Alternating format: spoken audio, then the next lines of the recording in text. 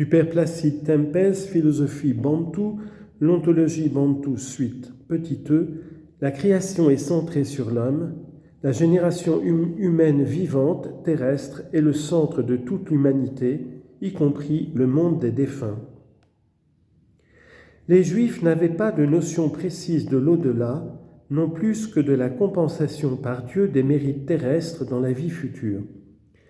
Ils ne connurent l'idée de béatitude que peu de temps avant l'avènement du Christ. Le Sheol était plutôt un lieu de désolation et le séjour y paraissait morose et certes peu enviable pour ceux qui avaient le bonheur de vivre encore sur la terre.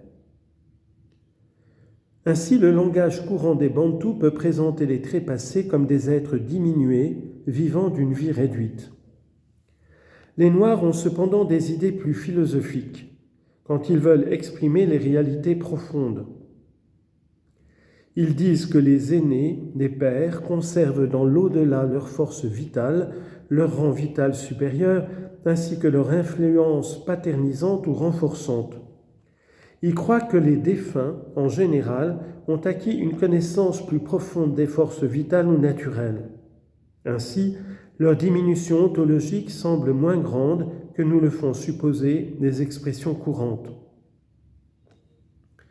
Ce que les défunts ont pu acquérir en fait de connaissances approfondies des forces vitales et naturelles et les forces supérieures qu'ils possèdent en tant qu'aînés ne peut leur servir qu'à renforcer la vie de l'homme vivant sur la terre. Le défunt, qui ne peut plus entrer en relation avec les vivants sur la terre et leur appliquer sa force de vie, est parfaitement mort, disent les Noirs. Il signifie par là que cette force vitale humaine, déjà réduite par le décès, touche le fond de sa diminution d'énergie, qui chôme complètement à défaut de pouvoir exercer son influence vitale sur les vivants. Ceci est considéré comme la pire des calamités pour le défunt lui-même. Les mânes, M-A, accent circonflexe N-E-S, cherchent à entrer en contact avec les vivants et à survivre en poursuivant leur action vitale sur la terre.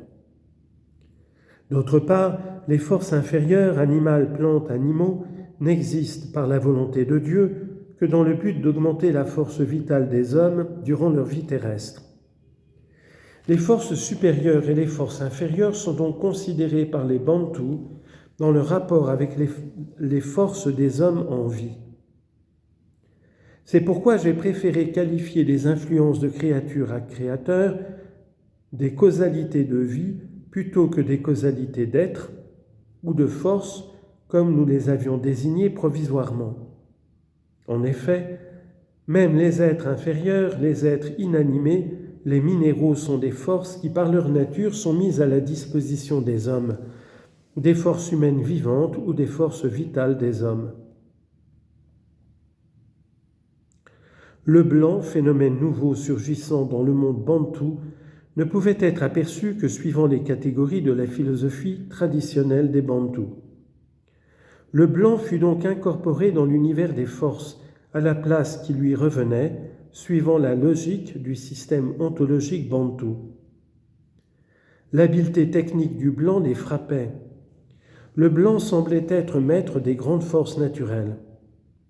Il fallait donc admettre que le blanc était un aîné, une force humaine supérieure, dépassant la force vitale de tout noir.